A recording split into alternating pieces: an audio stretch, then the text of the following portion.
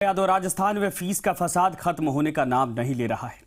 Corona काल में शुरू हुई ऑनलाइन क्लासेस से पढ़ने वाले बच्चे अब पढ़ाई से महरूम रह जाएंगे, क्योंकि निजी स्कूल संचालकों ने फीस का भुगतान ना होने पर ऑनलाइन क्लासेस बंद करने की चेतावनी दी।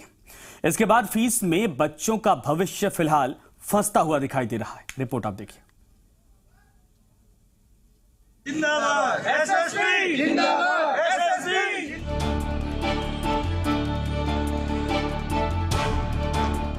राजस्थान में फीस पर फसाद लगातार जारी है और इस फसाद में अब बच्चों का भविष्य फंस गया है। निजी स्कूलों और अभिभावकों के बीच फीस को लेकर तकरार का कोई हल ना निकलने से निजी स्कूल संचालक सड़कों पर उतर आए हैं। निजी स्कूलों ने बंद की ऑनलाइन क्लासेस, फीस का भुगतान नहीं होने के चलते बंद की क्लासेस।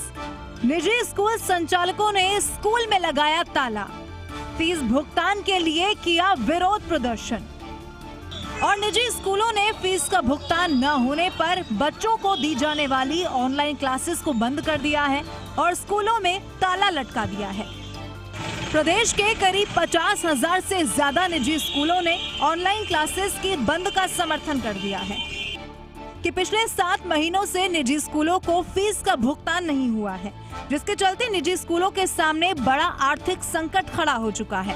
प्रदेश के करीब 50,000 निजी स्कूलों के करीब 11 लाख स्टाफ को वेतन का भुगतान नहीं हो पाया है। ऐसे में सरकार या तो वेतन का भुगतान करवाए या फिर निजी स्कूलों को स्कूल खुलने तक राहत फंड की घोषणा करे। तो वहीं शिक्षा बचाओ संघर्ष समिति की अध्यक्ष हेमलता शर्मा का कहना है कि ग्रामीण क्षेत्रों के स्कूलों की हालत खराब हो गई है। आर्थिक संकट के चलते अब तक 16 निजी स्कूल संचालक आत्महत्या कर चुके हैं। ऐसे में सरकार को बड़ा कदम उठाना चाहिए। हमारे 11 लाख लोगों की जो आवाज़ है और 50,000 स्कूल जो सफ़र हो रहे हैं, जो बिल्कुल बैंक्रप्सी के स्टेज पे पहुंच चुके हैं, उनका जिम्मेदार कौन होगा? सरकार अगर तनख्वाह देने को तैयार है तो हम फीस माफ करने को तैयार हैं। हम सब एक ही मत पे हैं। हम 33 जिलों में जाके आए हैं। पिछले 7 महीने से हम गुहार कर रहे हैं, हर माध्यम से we have tried our best, लेकिन अभी तक विडंबना है कि सरकार ने हमारी बात नहीं सुनी, हमें अनदेखा किया। इसलिए विवशतापूर्व हम लोगों को आज मजबूर होकर सड़कों पर उतरना पड़ रहा है। तो जालौर में भी जिला मुख्यालय पर निजी स्कूल संचालकों ने विरोध प्रदर्शन किया। निजी स्कूल संचालकों ने कलेक्ट्रेट में मुख्यमंत्री के नाम ज्ञापन सौंपा। निजी स्कूल संचालकों का कहना है कि 11 लाख कर्मचारियों की आर्थिक स्थिति कमजोर हो चुकी है। सरकार को हमारी सुध लेनी चाहिए। सरकार मुख्यमंत्री महोदय से ये निवेदन करते हैं कि जल्दी से जल्दी उस आदेश के अंदर आंशिक संशोधन करके और हमें स्कूलें खोल करके और फीस लेने की भी स्वीकृति प्रदान करें, ताकि 8 महीने से जो 11 लाख कर्मचारी बेरोजगार हुए हैं उनको रोजगार मिल सके। नहीं तो उनके परिवार के साथ 5/11/2020 से हम सब लोग शट डाउन करेंगे, अनिश्चित काल के लिए स्कूलें बंद करेंगे। गौरतलब है कि राजस्थान हाईकोर्ट ने 9 सितंबर को स्कूलों द्वारा 70% तक ट्यूशन फीस ले लेने का निर्देश दिया था, लेकिन सरकार ने सभी निजी और सरकारी स्कूलों में सिलेबस घटाए जाने के कारण 30 से 40% फीस कटौती करने का भी निर्देश जारी किया है। फीस की इस खींचतान में बच्चों के भविष्य पर काले बादल मंडरा रहे हैं। जयपुर से ललित कुमार के साथ जालौर से बबलू मीणा, जी मीडिया। तो बहरहाल मसला गर्माता जा रहा है और फंसता भी जा रहा है, लेकिन इस वक्त हमारे साथ हमारे सहयोगी दीपक लाइव जुड़ रहे हैं। उनके साथ स्कूल प्रतिनिधि और अभिभावक प्रतिनिधि भी इस वक्त मौजूद हैं। दीपक, मैं चाहूंगा बातचीत करिए, वाकई में मसले का समाधान आखिर कैसा निकलेगा, क्योंकि सबसे बड़ा सवाल कि बच्चों की शिक्षा इससे प्रभावित हो रही। जी बिल्कुल संजय, मैं ललित जयपुर से हूं और इस समय मेरे साथ निजी स्कूलों के प्रतिनिधि और अभिभावकों के प्रतिनिधि मौजूद हैं। फीस को लेकर जो फसाद चला आ रहा है पिछले 8 महीने से, वह लगातार बढ़ता हुआ नज़र आया है, क्योंकि जहां अभिभावकों ने नो स्कूल नो फीस का नारा दिया, तो पिछले 5 दिन से प्रदेश में एक और नारा गूंज रहा है कि नो फीस नो स्कूल, यानी कि अब अगर फीस नहीं होगी तो फिर कोई शिक्षा भी नहीं होगी। सबसे पहले हम निजी स्कूल के जो प्रतिनिधि हैं, स्कूल शिक्षा परिवार के प्रदेशाध्यक्ष अनिल शर्मा, उनसे बात करेंगे। अनिल जी, आज से पूरी तरीके से प्रदेश में निजी स्कूलों ने शट डाउन कर दिया है, ऐसे में बच्चों की पढ़ाई का क्या? देखिए, निश्चित रूप से बच्चों की पढ़ाई को लेकर हम भी परेशान हैं। हम दो तरह परेशान हैं। फीस नहीं मिली, टीचर्स को वेतन नहीं दे सके, उन बेचारे दीपावली कैसे मनाएंगे, ये टेंशन तो आई। और दूसरा टेंशन है कि जो एजुकेशन हमने बंद कर दी, तो बच्चा जब लौट के आएगा तब भी तैयार तो हमको ही करना है। पेरेंट्स हो सकता है हमको फीस भी दे दे, कोर्ट के गवर्नमेंट के निर्णय आ जाए। हम दोनों चीज़ों को लेकर परेशान है, पर हमारी मजबूरी रही सर। पिछले 8 महीने से हम सरकार को मिन्नत करके थक गए, पेरेंट्स को मिन्नत करके थक गए, पर पैसा नहीं है। अब संभव नहीं है सर। टीचर्स ने टोटल जवाब दे दिया, तो निश्चित रूप से पूरे राजस्थान में आज से बंद है, बल्कि 2 दिन से 2 कार्यक्रम और हो रहे हैं सर। जिला कलेक्टर कार्यालय का घेराव कर रहे हैं टीचर्स, और अगर 8-9 तारीख तक फैसला नहीं आया तो मुख्यमंत्री, प्रधानमंत्री, इनके सबके लोकल जो कार्यालय एमएलए एमपी के, उनका भी घेराव करेंगे परिजनों के साथ। अनिल जी, मेरा एक सवाल ये भी है, आज से ऑनलाइन एजुकेशन बंद हुई है, लेकिन हमने ये देखा है कि अभिभावक फीस भर चुके हैं। ऐसे में उन अभिभावकों का क्या, जिन्होंने फीस भर दी है, उनके बच्चे सफ़र क्यों करें? देखिए सर, ये तो सच है कि गेहूं के साथ गुण भी पिसता है। कुछ उनको परेशानी आ रही है, उनसे माफ़ी चाहेंगे, लेकिन निश्चित रूप से 2-4 दिन में बैठकर इस मुद्दे पे हम भी चर्चा कर रहे हैं। कुछ स्कूल से ज्ञापन आया हमारे पास कि साहब कुछ पेरेंट्स ने फीस दे दी, उसका क्या नुकसान है। अब हमारे सामने दिक्कत ये आ गई है, यदि उन बच्चों को शिक्षा देते हैं तो उन 4 या 6 या 10 या 15% बच्चों की फीस से उस टीचर का वेतन तो चलेगा नहीं, हमारे खर्चे चलेंगे। पता नहीं क्या निर्णय है, तो इस बारे में कोई रास्ता निकाल रहे, पर उनको राहत देंगे, कोई न कोई तरीका निकालेंगे। दूसरी मेरी एक सवाल ये भी है कि पहले जो सिंगल बेंच है उसने आदेश दिया, उसके बाद शिक्षा विभाग ने एक फीस का सर्कुलर जारी किया। सर्कुलर के हिसाब से जो सिलेबस कम हुआ उतनी फीस तय की। इसका विरोध क्यों किया जा रहा है? देखिए, मैं बताऊं, निश्चित रूप से सरकार का सोचना अपनी जगह था, पर मैं आपको थोड़ा सा पूरी इसमें ले चलना चाहूँगा। 23 अक्टूबर को उच्च न्यायालय में सुनवाई होती है। उसमें राज्य सरकार से जब पक्ष पूछा गया तो AAG महर्षि जी ने एक शपथ पत्र पेश किया, जिसमें कहा कि साहब हमने एक डायरेक्टर की कमेटी बना दी है, वो रिकमेंडेशंस लेगी, पेरेंट्स से भी पूछेगी, स्कूल वालों से भी, और उसके आधार पे एक सुझाव हमको देगी, और उस सुझाव के आधार पे 2 नवंबर को हम कोर्ट में सब जवाब पेश कर देंगे। हमारे वकील कमलाकर शर्मा जी ने ये कहा कि साहब 2 नवंबर तक चलेंगे कैसे, मुझे ये तो बताओ, हमें तत्काल अंतरिम राहत चाहिए। तो कोर्ट ने सरकार को निर्देश दिया कि 28 अक्टूबर तक इनको कोई इनको राहत देने का आदेश जारी करे। अब दुर्भाग्य देखिए, डायरेक्टर ने 28 को आदेश तो जारी कर दिया, पर उसमें क्या कहा कि स्कूल खुलने पर लेंगे, नंबर 1। नंबर 2, जितना सिलेबस होगा उतना ही लेंगे।